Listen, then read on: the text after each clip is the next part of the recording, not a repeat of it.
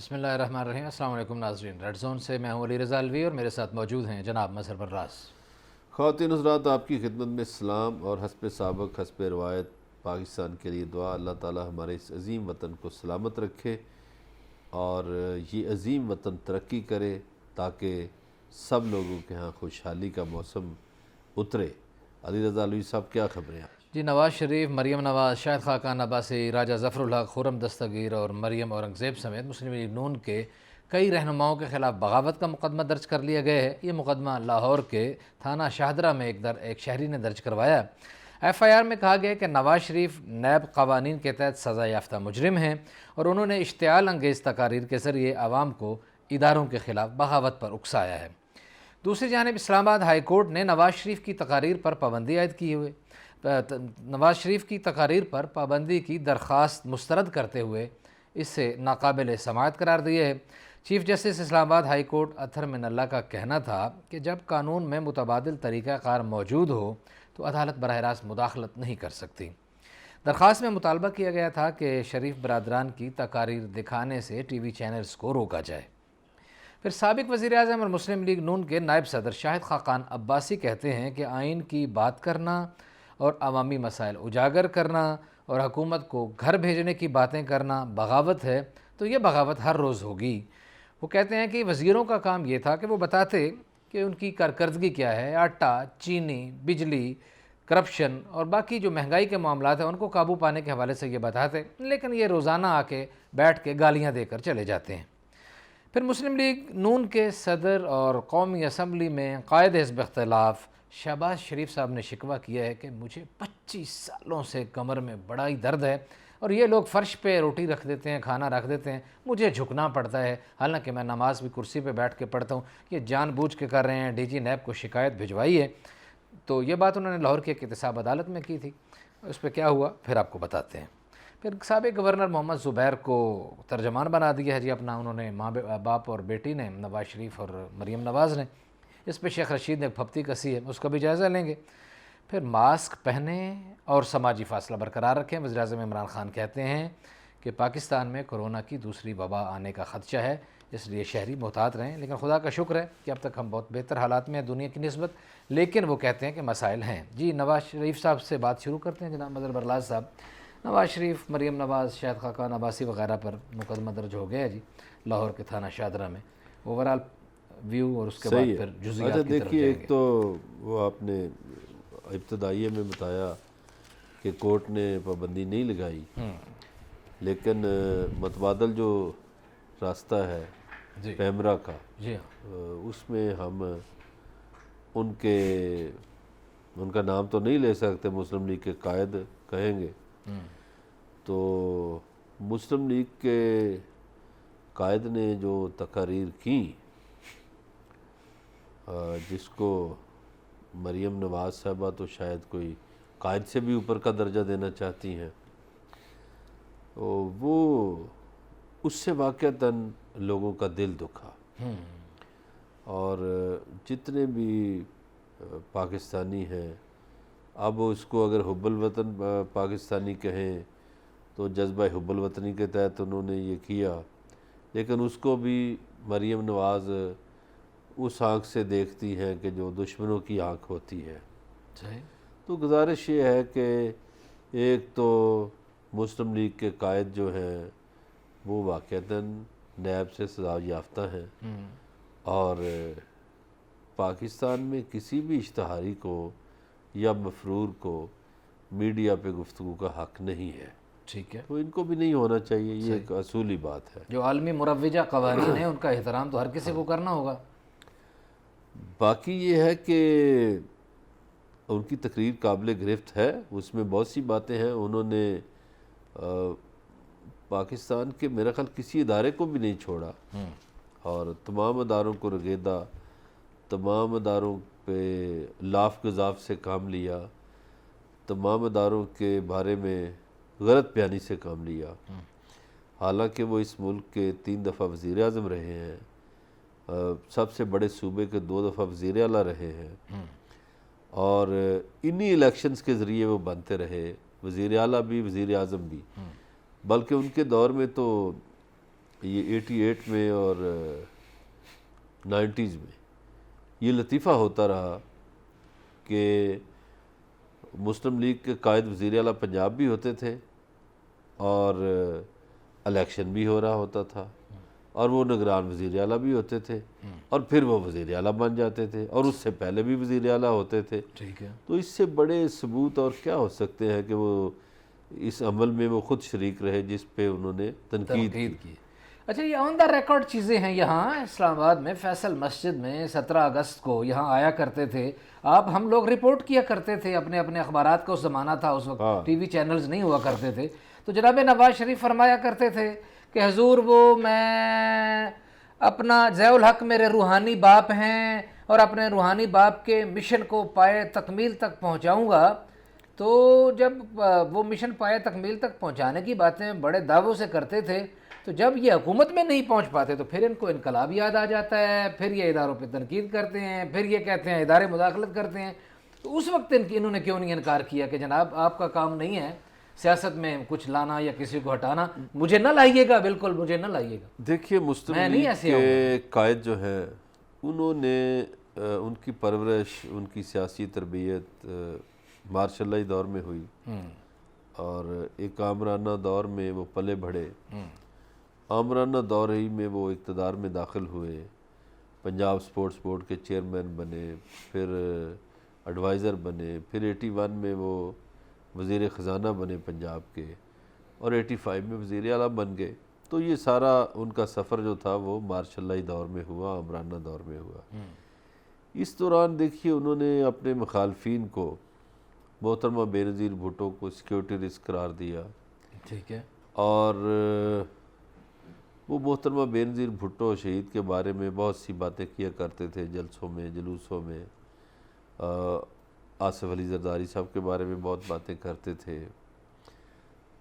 اور Peoples party کی قیادت کو برا بھلا کہتے تھے۔ اور اسی دوران یہ صحیح ہے آپ کی بات کہ وہ ضیاء الحق کے مشن کو جاری رکھنے کی باتیں کرتے تھے۔ تو پتہ نہیں وہ کون سا مشن تھا جس کو وہ جاری رکھنے کی باتیں کیا کرتے تھے۔ اب گزارش یہ ہے کہ جب وہ وقت گزر گیا، جب وہ الیکشن ہار جاتے ہیں تو پھر ان کو انقلاب یاد آ جاتا ہے۔ اور انقلاب دیکھیے جھوٹ سے نہیں آتا کبھی بھی۔ وہ مثال دی جاتی ہے ہمارے قریب میں، دیکھیے ہمارے قریب ترین جو ماضی قریب میں جو انقلاب آیا وہ ایران میں آیا ہے۔ تو امام خمینی جو ہیں رحمۃ اللہ علیہ، وہ ایک درویش صفت انسان تھے۔ ان کا خدا کی بڑائی پہ بڑا یقین تھا، بالکل صحیح۔ وہ عاجز آدمی تھے، مغرور نہیں تھے۔ صحیح ہے۔ بلکہ مجھے یاد ہے کہ جب شاعر ایران جو ہے وہ ایران سے بھاگا تو ایرانی اخبارات میں خبر لگی کہ شاہ رفت۔ یس۔ تو کوئی جرنلسٹ امام خمینی کے پاس پہنچے تو انہوں نے کہا جی یہ سرخی جیسی ہے، 2 حرفی، تو ہمیں بھی کوئی سرخی ایسی بتائیں جو کل ہم لگائیں۔ تو امام خمینی نے فرمایا اللہ اکبر، تو وہ اللہ اکبر کے نام سے چھپی۔ تو ان کا تو ایک اور یقین تھا، وہ خالصتاً ایک تربیت ان کی اعلیٰ اخلاقیات میں ہوئی تھی جس میں جھوٹ اور ملاوٹ نہیں تھا۔ کوئی یہ نہیں تھا کہ کوئی کسی دشمن ملک کی گلوکارہ کو گانے سنا کے وہ آئے تھے۔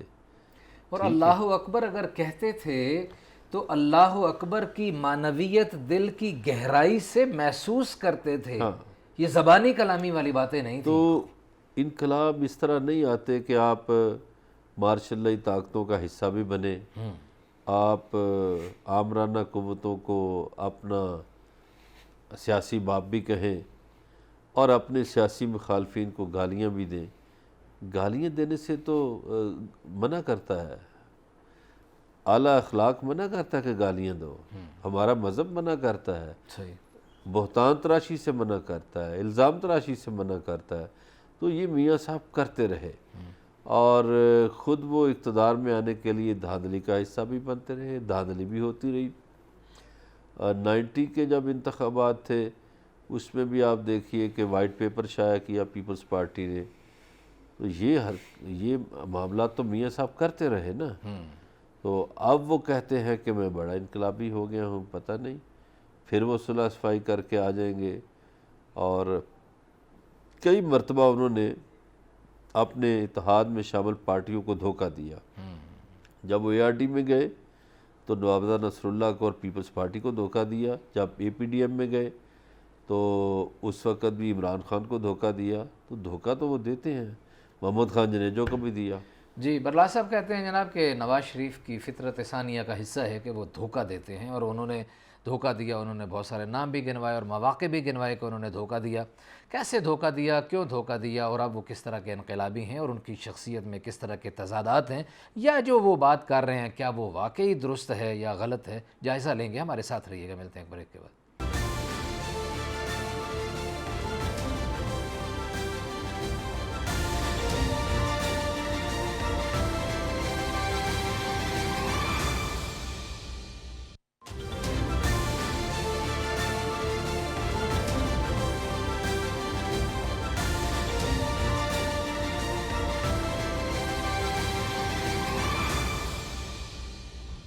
ویلکم بیک ناظرین. بریک پہ جانے سے پہلے لیگی رہنما پر بغاوت کے مقدمے کے حوالے سے بات کر رہے تھے. ہم ان لوگوں کے نام بھی آپ کو سنا دیتے ہیں جن پر مقدمہ درج کیا گیا ہے. میں راجہ ظفر الحق، خرم دستگیر، اقبال ظفر جھگڑا، صلاح الدین ترمذی، احسن اقبال، شیخ آفتاب، پرویز رشید، خواجہ آصف، رانا ثناء اللہ، ایاز صادق کو بھی نامزد کیا گیا، جبکہ بیگم نجمہ وحید، بیگم ذکیہ شاہ نواز، طارق رزاق چودھری، شیزہ فاطمہ، جاوید عباسی، مہتاب عباسی، جاوید لطیف، مریم اورنگزیب اور دیگر کو بھی FIR میں نامزد کیا گیا ہے. جی مظہر برلاس صاحب. یہ تو آلموسٹ مسلم لیگ کی ساری قیادت شامل ہو گئی. جی. لیکن میرا خیال ہے کہ دیکھیے جس کسی نے تو کوئی تقریر کی ہو اور اگر وہ واقعتاً آئین سے متصادم ہو اور واقعتاً اگر ملکی اداروں کے خلاف زہر افشانی کی گئی ہو تو پھر تو کوئی بات ہے. اب ان میں سے کئی ایسے نام ہیں جنہوں نے کوئی تقریر نہیں کی. دیکھیے محترمہ نجمہ حمید نے کوئی تقریر نہیں کی، ذکیہ شاہ نواز نے کوئی تقریر نہیں کی. اسی طرح راجہ ظفر الحق تو ویسے ہی ہومیوپیتھک ہیں. تو میرا خیال ہے کہ اس FIR میں سے بہت سے نام نکالنا پڑیں گے. جس نے بھی درج کی ہے یا جس شہری نے بھی کروائی ہے اس کو شاید پوری طرح علم نہیں ہے. باقی یہ اب عدالت میں معاملہ جائے گا اور اس میں میرا خیال ہے سیاسی چال زیادہ لگتی ہے مجھے. صحیح ہے کہ گرفتاریاں کرو، شور شرابہ ہو. شاید میلہ لگ نہیں رہا تھا سیاست کا، تو یہ میلہ لگانے کے لیے کیا گیا ہے. مجھے تو یہ FIR میں شرارت زیادہ نظر آ رہی ہے. میلہ لگانے کی کوشش کس کی ہوگی پھر؟ اب دیکھیے حکومت میں بہت سے ایسے لوگ شامل ہوتے ہیں کہ جن کا ہر عمل جو ہے وہ الٹا پڑتا ہے. کئی حکومتوں میں ایسا ہوتا ہے. تو یہ جس نے بھی مشورہ دیا ہے میرا خیال ہے کہ یہ سارے اکابرین جو ہیں یہ اس میں شامل نہیں ہیں. اچھا، جن کے نام لیے گئے ہیں اس میں FIR میں کہا گیا جی کہ انہوں نے اس کی تقریر سنی اور پھر تائید کی اور اس لیے ہم جو ہیں وہ یہ کر رہے ہیں. لیکن آپ والی بات، اچھا وہ جو تقریر سنی، اب پہلی جو تقریر تھی جو انہوں نے جس دن اس کا PDM کا اجلاس تھا اسلام آباد میں، تو اس میں تو ساری قوم نے سنی. FIR ہوگی پھر بدریہ TV چینلز ہے جب وہ اوپن گئی تھی. یہ FIR میرا خیال ہے اس بیس پہ کی گئی ہے جو لاہور میں ان کا اجلاس ہوا تھا اور اس اجلاس سے انہوں نے مسلم لیگ کے قائد نے خطاب کیا تھا. لیکن دیکھیے اس میں بھی ایک اگر کوئی فریق خاموش رہتا ہے، پارٹی کا ممبر ہے، وہ اس نے اپنے منہ سے تو کچھ نہیں کہا. صحیح ہے. تو آپ کیسا کہہ سکتے ہیں کہ تائید کر دیا اس نے؟ درست. وہ تو خاموش رہا. صحیح ہے.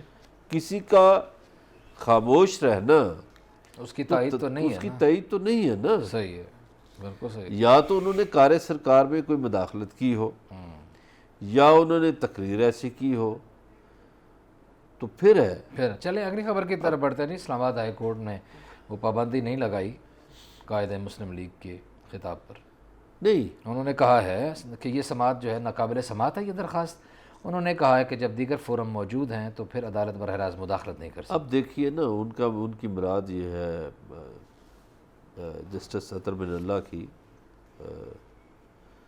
کہ جب دیگر فورم موجود ہیں تو آپ کیوں آئے ہیں کورٹ. ڈائریکٹ آپ کورٹ اس طرح اب آپ دیکھیے دیگر فورم میں شامل ہے پیمرا، جی پریس کونسل آف پاکستان، بالکل صحیح ہے. اچھا، وزارت اطلاعات. جب یہ فورم موجود ہیں، اگر ان فورموں سے جواب ہوتا ہے پھر عدالت کا دروازہ کھٹکھٹایا جا سکتا ہے. ایک آپشن ضرور رکھا ہے انہوں نے، عدالت کا آپشن ضرور ہے، اس لیے کہ اگر یہ فورم عمل نہیں کرتے تو دروازہ عدالت کا حاضر ہے، پھر کھٹکھٹایا جائے، لیکن پہلے ان فورموں کا رخ کیا جائے. فورموں کا رخ کیا جائے. ٹھیک ہے. شاید خاقان عباسی کہتے ہیں کہ جناب اگر مہنگائی کی بات کرنا، کرپشن کی بات کرنا، بے روزگاری کی بات کرنا، اس حکومت کو گھر بھیجنے کی بات کرنا غداری ہے تو یہ غداری تو روز ہوگی.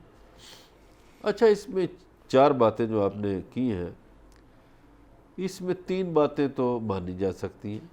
بالکل مہنگائی کے خلاف بات ہو سکتی ہے، بے روزگاری کے خلاف بات ہو سکتی ہے، اور حکومت کو گھر بھیجنے کی بات بھی ہو سکتی ہے. لیکن کرپشن کی بات تو ان کے منہ سے زیب نہیں دیتی شاید خاقان عباسی سے، چونکہ یہ تو خود بہت سے مقدمات میں ملوث ہیں اور ان کے خلاف تحقیقات ہو رہی ہیں. ان کی پارٹی میں بہت سے لوگ ہیں. اور جو ایک اور پوائنٹ پہ بات ہو سکتی ہے جو حکومت کو گرانے والی بات ہے، دیکھیے پچھلی 2 ٹرمز میں یہ پارٹیاں مسلم لیگ نون اور پیپلز پارٹی یہ کہتی رہی، مولانا فضل الرحمان صاحب بھی کہتے رہے اور محمود خان اچکزئی صاحب بھی کہتے رہے کہ جناب والا حکومت کو 5 سال پورے کرنے چاہیے، ہم ٹرم کو پورا کروائیں گے. خورشید شاہ کھڑے ہو گئے تھے، انہوں نے کہا جی ہم تو حکومت نہیں کرنے دیتے، حکومت کا ساتھ دیں گے. تو یہ جو ان کے موقف میں تبدیلی آئی ہے، قوم کا حافظہ اتنا کمزور تو نہیں ہے نا، لوگ جانتے ہیں. صحیح ہے. ہاں، آپ حکومت کے خلاف دیکھیے، مہنگائی پہ جلسے کریں، جلوس کریں، آپ بے روزگاری پہ جلسے، مگر غریب کا رونا تو یہاں روتا کوئی نہیں ہے. نہ حکمران روتے ہیں، نہ اپوزیشن والے روتے ہیں، کوئی غریب کا رونا نہیں روتا.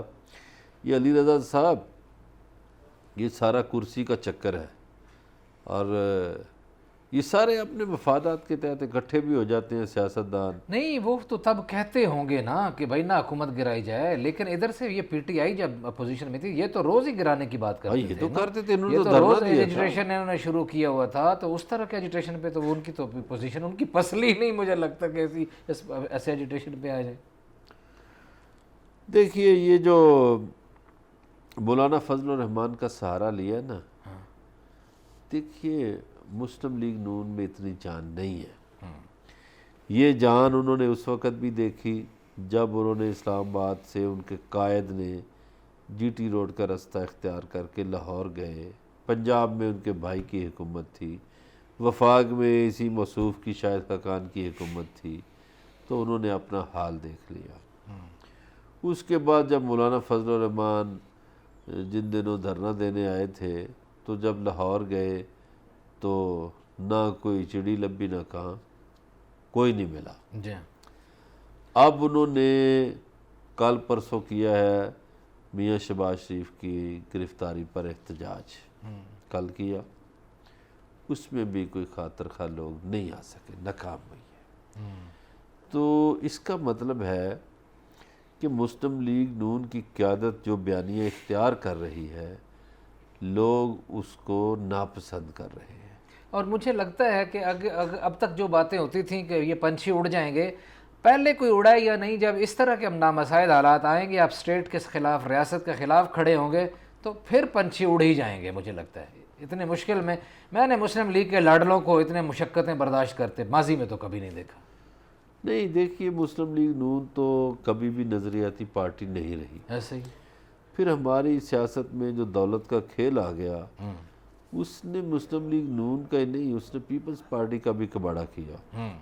کیوں کباڑا کیا؟ اب پیپلز پارٹی میں بھی نظریاتی لوگ ہیں لیکن کم ہیں، بہت کم، ان کی ویلیو نہیں ہے۔ پہلے سیاسی جماعتیں ویلیو دیتی تھیں نظریاتی لوگوں کو، اب نظریات کی جگہ مفادات آ گئے ہیں، دولت کی پوجا ہوتی ہے۔ جس کے پاس زیادہ دولت ہے، مثلاً یہ گجرانوالہ ہے ضلع، اس میں نون لیگ کے ایک ایم این اے کا نام لوں، اس کے پاس زیادہ دولت ہے، اس نے سب کو پیچھے کر دی ہے، بڑے بڑے سینئر اور وفاداروں کو پیچھے کر دی ہے، بالکل، جنہوں نے رگڑا کھایا پارٹی کے لیے۔ اسی طرح ہر ضلع میں یہ صورتحال ہے۔ آج کل بس وہ پیسہ بولتا ہے، جس کے پاس پیسہ ہے ہاں، زندہ باد ہے۔ پیپلز پارٹی میں بھی یہی ہے، جس کے پاس پیسہ ہے وہ آگے ہے، جس کے پاس بھٹو کی محبت ہے، نظریہ ہے، وہ پیچھے ہے بیچارہ۔ بعض لوگ کہہ رہے ہیں کہ اکتوبر پھر آ گیا ہے، اور پچھلے سال بھی مولانا اکتوبر میں ہی متحرک ہوئے تھے، اور یہ اکتوبر جو ہے ابھی پھر آ گیا ہے، اور پچھلی دفعہ بہت ساری پارٹیاں مولانا کے ساتھ ہاتھ کر گئی تھیں، ابھی وہ مولانا کے ساتھ ہیں۔ کچھ لوگ امیدیں لگائے بیٹھے ہیں۔ دیکھیے، امیدیں لگائیں، اچھی بات ہے، لیکن مجھے نہیں یہ تھوڑی گرمی سردی پیدا کر سکتے ہیں، جلسے جلوسوں سے افراتفری پیدا ہو سکتی ہے۔ عدالت میں کیس ہیں پی ٹی آئی کے خلاف، عدالت سے کوئی فیصلہ آ سکتا ہے حکومت کے خلاف۔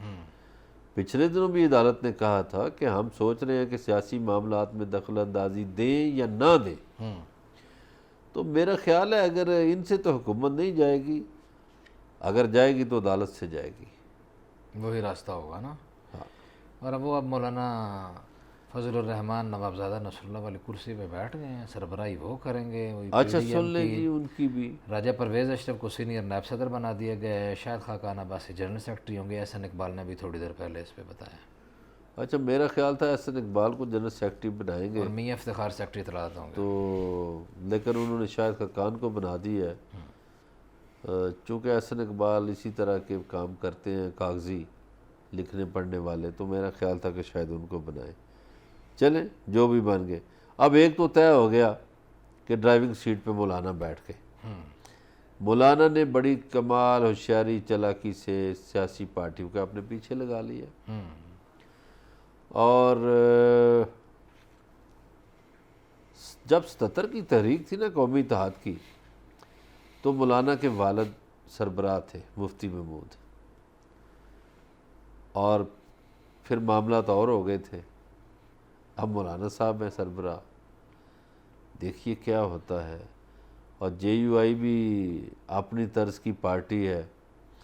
محترمہ فاطمہ جناح کی سپورٹ کی بات تھی تو کہا خاتون ہے، بے نظیر بھٹو کی سپورٹ کی بات آئی تو پوشیک کی ہٹا دی، انہوں نے کہا نہیں ہے، یہ تو جمعیت علماء اسلام ہے نا۔ اس طرح تو ہوتا ہے اس طرح کے کاموں میں۔ لیکن 16 اکتوبر کو اب یہ گجرانوالہ جا رہے ہیں، اور 18 کو جا رہے ہیں کراچی میں، اور یہ صورتحال ہے جناب۔ اور کوئٹہ والا جو جلسہ ہے وہ اب 25 اکتوبر کو ہوگا۔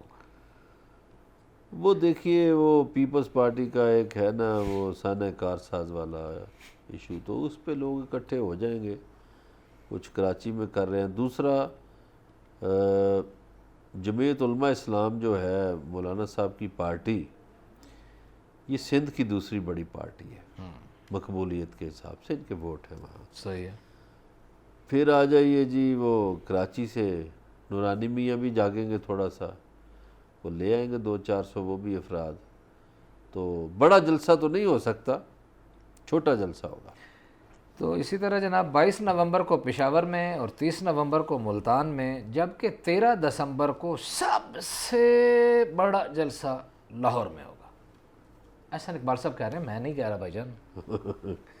نہیں، دیکھیے، جہاں جہاں مولانا کی حدود میں جلسے ہوں گے نا، جو جدھر مولانا کی پارٹی زیادہ ہے، مولانا کا جلسہ کوئٹہ میں بڑے جلسے ہوں گے، پشاور کی طرف جلسے ہو سکتے ہیں بڑے، مجھے لاہور والا جلسہ نہیں لگتا بڑا ہو، نہیں ہوگا۔ نہیں ہوگا، لیکن احسن اقبال کہتے ہیں اس جلسے کے بعد اس جعلی سیٹ اپ کی گنجائش ختم ہو جائے گی اور عوام فیصلہ سنا دیں گے۔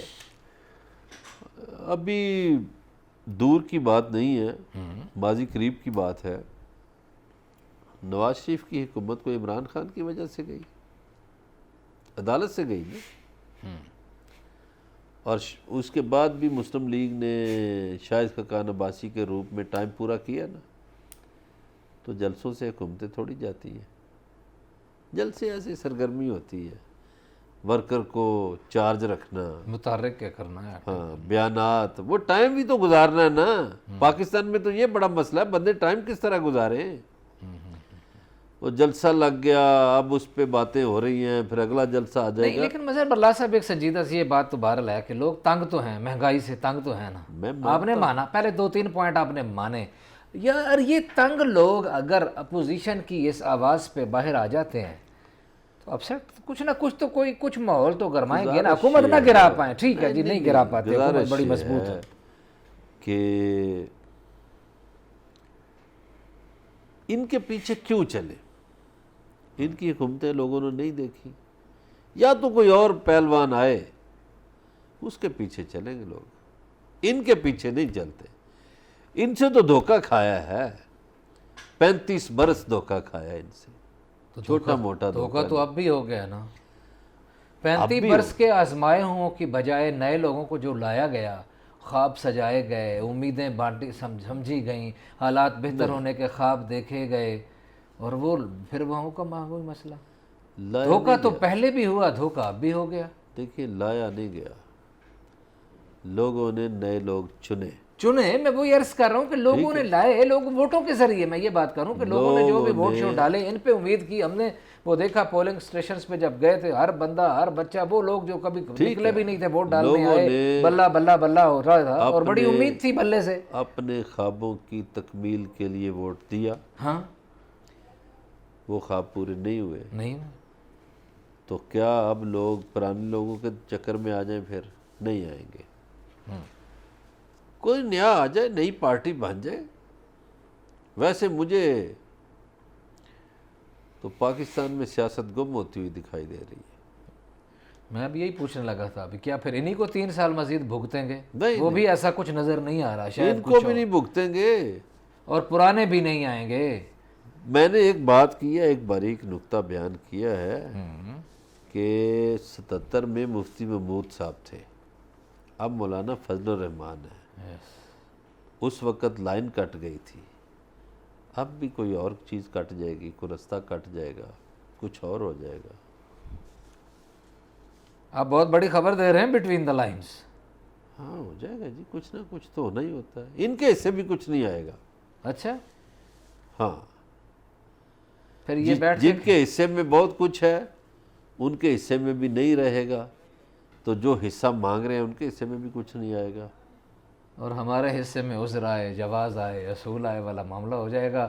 اور اسی خرچے پہ اور اسی ساری صورتحال پہ معاملہ جو چلانے کی کوشش کر رہے ہیں وہ ایسا دکھائی نہیں دے رہا. مظہر برلا صاحب کہتے ہیں کہ کچھ تب مفتی محمود تھے، آج ان کے صاحبزادے مولانا فضل الرحمان ہیں، اس اپوزیشن کی تحریک کو سنبھالا دے رہے ہیں، اس کی قیادت کر رہے ہیں.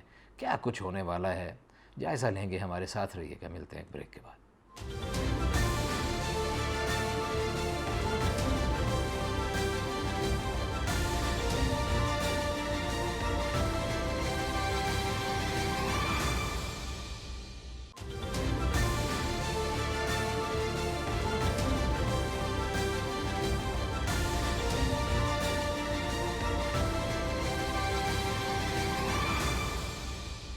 ویلکم بیک ناظرین. بریک پہ جانے سے پہلے بات ہو رہی تھی کہ مولانا فضل الرحمان اب اس احتجاج کو، اس صورتحال کو، اس اپوزیشن کے گروپ کو لیڈ کر رہے ہیں. مظہر برلا صاحب آپ تو کچھ اور طرح کے اشارے دے رہے ہیں، لیکن شیخ رشید کہتے ہیں کہ پیپلز پارٹی جلد اس جگتو فرنٹ سے علیحدہ ہو جائے گی. دیکھیں شیخ رشید ایک طرح سے سیاسی بات کرتے ہیں نا، وہ ایک اندازہ یہ لگا رہے ہیں کہ نواز شریف کے پاس کھونے کے لیے کچھ نہیں. یہ جو نون لیگ ہے، سوری، اس کے پاس کھونے کے لیے کچھ نہیں. مولانا صاحب کے پاس بھی کھونے کے لیے کچھ نہیں. تو پیپلز پارٹی سندھ حکومت کیوں کھو دے، کیوں گوا دے؟ جب استعفوں کی بات آئے گی نا، پیپلز پارٹی استعفے نہیں دے گی. یہ صحیح کہہ رہے ہیں شیخ صاحب. یہ کہہ رہے ہیں اور شیخ صاحب تو اس کو جگتو فرنٹ بھی کہتے ہیں وہی نا انہوں نے کہ یہ جگتو فرنٹ جگتو فرنٹ جو ہے یہ فارغ ہو جائے گا. پیپلز پارٹی کیوں دے استعفے؟ اس کی وجہ ہے جو ان کی حکومت ہے صوبے میں. شیخ صاحب نے ایک اور اپنی صوبائی حکومت کون گواتا ہے؟ ایسے شیخ صاحب نے ایک اور پھپتی کسی. اب جب گورنر سندھ سابق گورنر سندھ کو بنایا گیا ان کا ترجمان باپ بیٹی کا زبیر صاحب کو محمد زبیر کو, تو انہوں نے کہا کہ عثمان بزدار سے تو 5 MP ملیں تو انہیں پارٹی سے نکال دیا جاتا ہے, اور اگر محمد زبیر 4 بار آرمی چیف سے ملیں تو باپ بیٹی اسے اپنا ترجمان بنا لیتے ہیں. بات تو سچ ہے. وہ وزیر اعلیٰ پنجاب ہے, ہاں MPs مل رہے ہیں, اور ان MPs کا موقف کیا ہے؟ انہوں نے کہا دیکھیے ہمارا قائد لندن میں ہے, مفرور ہے. دوسرا ہمارا پارٹی صدر ہے, وہ نیب کی حراست میں ہے, جیل میں پڑا ہے. ہمارے لوگوں کے جو مسائل ہیں, ہم اپنا دکھڑا کس کے سامنے روئیں؟ تو ہم اپنے حلقوں کے مسائل کے حل کے لیے پنجاب کا جو بھی وزیر اعلیٰ ہو اس سے ملیں گے. وہ اس سے ملے, ان کو تو پارٹی سے نکال دیا. اور یہ دیکھیے یہی منافقت ہے نا. 4 دن پہلے آپ لیٹر جاری کرتے ہیں کہ نون لیگ کا کوئی لیڈر, کوئی MPA, کوئی MNA, کوئی ممبر قائد کی اجازت کے بغیر نہیں ملے گا. قائد کے فرمان پر جان قربان کرے گا. تو آج کیا ہو گیا؟ جو ملا ایک نہیں, وہ کہہ رہے ہیں 4 بار.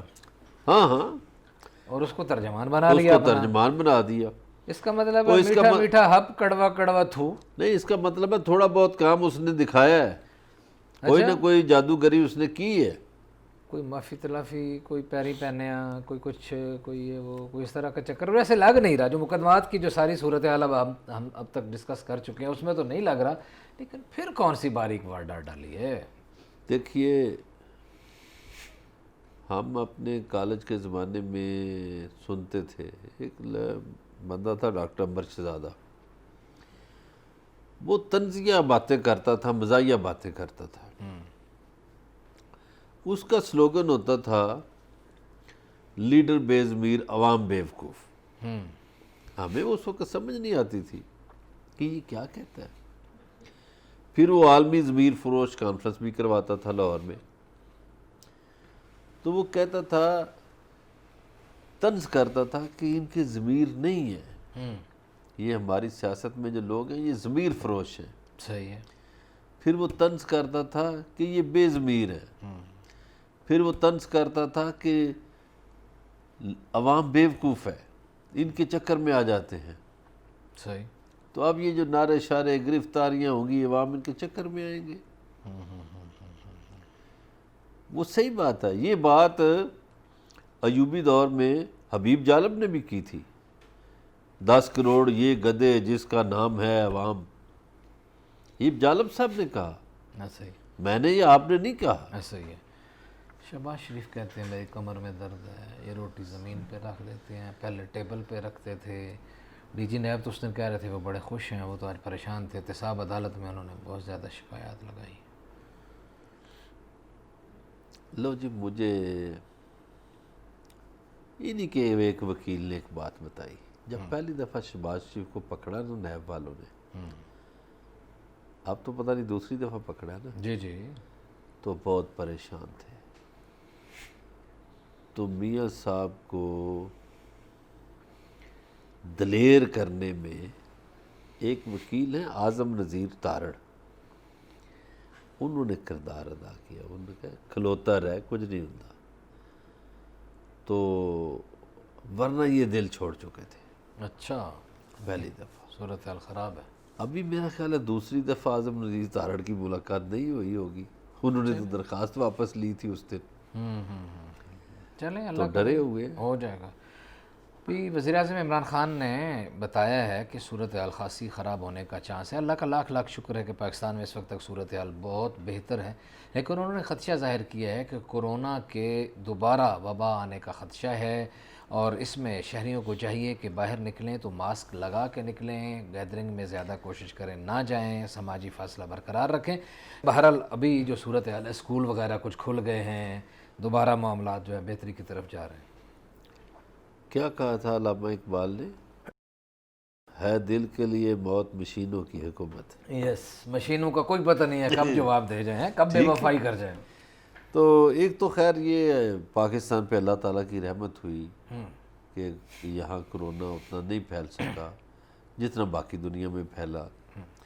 لیکن آپ کو یاد ہوگا ہم پروگرام میں جب یہ کرونا کی ابتدا ہو رہی تھی تو ہم شروع میں یہ باتیں کرتے تھے کہ پاکستان میں موسم جیسے جیسے گرم ہوتا جائے گا کرونا جو ہے وہ اپنی ہمت چھوڑ دے گا. وہ ایسا ہی ہوا.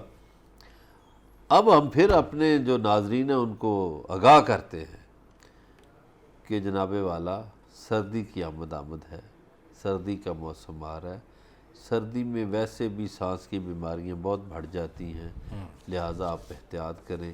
سردی میں کرونا بڑھنے کے چانسز زیادہ ہیں, اور یورپی ملکوں میں تو بہت بڑھیں گے. جہاں جہاں ٹھنڈے ملک ہیں نا وہاں زیادہ خطرات زیادہ اثرات ہوں گے نا. اور کچھ ملک بند کرنے کی باتیں کی جا رہی ہیں, اور یہ سارے معاملات. وائرس دیکھیے جتنے بھی دنیا میں علی رضا صاحب آتے ہیں وہ ایک خاص ٹیمپریچر کے بعد مر جاتے ہیں,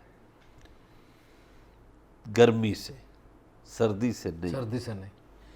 تو پاکستان میں اب سردی آ جائے گی تو یہاں احتیاط کی بہت ضرورت ہے. وہ وزیر اعظم نے درست کہا, آج ان کی سالگرہ بھی ہے تو آج وہ سالگرہ کی مبارکبادیں بھی وصول کر رہے ہوں گے.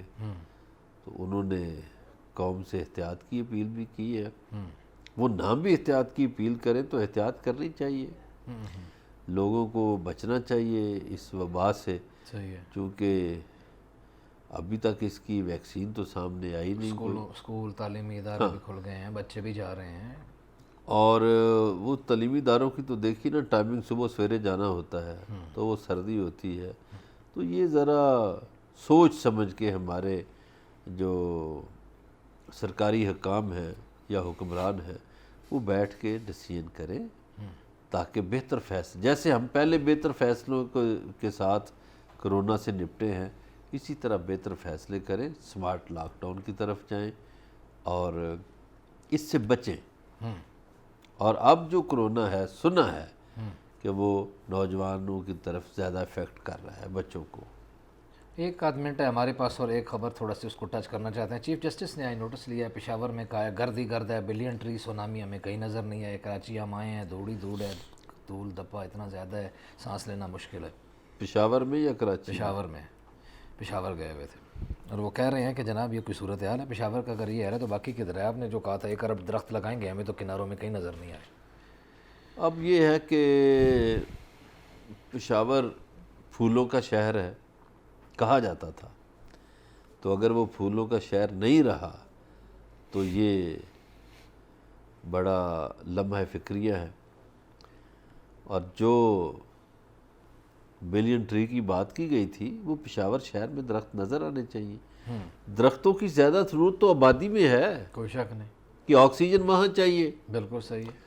اور پھر ہمارے لوگوں کو یہ بھی علی رضا صاحب بتانے کی ضرورت ہے کہ خدا را ایسے درخت لگائیں جو 24 گھنٹے آکسیجن دیتے ہیں. مثلا ہمارے یہاں پیپل بہت ہوتا تھا پہلے, اب پیپل ختم ہو گیا, پیپل 24 گھنٹے دیتا ہے آکسیجن. جی بالکل صحیح ہے جی. یہ ایسے درخت لگانے چاہیے جو پھلدار ہوں یا اچھے ہوں یا 24 گھنٹے آکسیجن دیتے ہوں. اس ساری صورتحال کا خیال رکھنا ہوگا. آج اتنا ہی, کل آپ سے پھر ملاقات ہوگی. اپنا خیال رکھیے گا. اللہ نگہبان.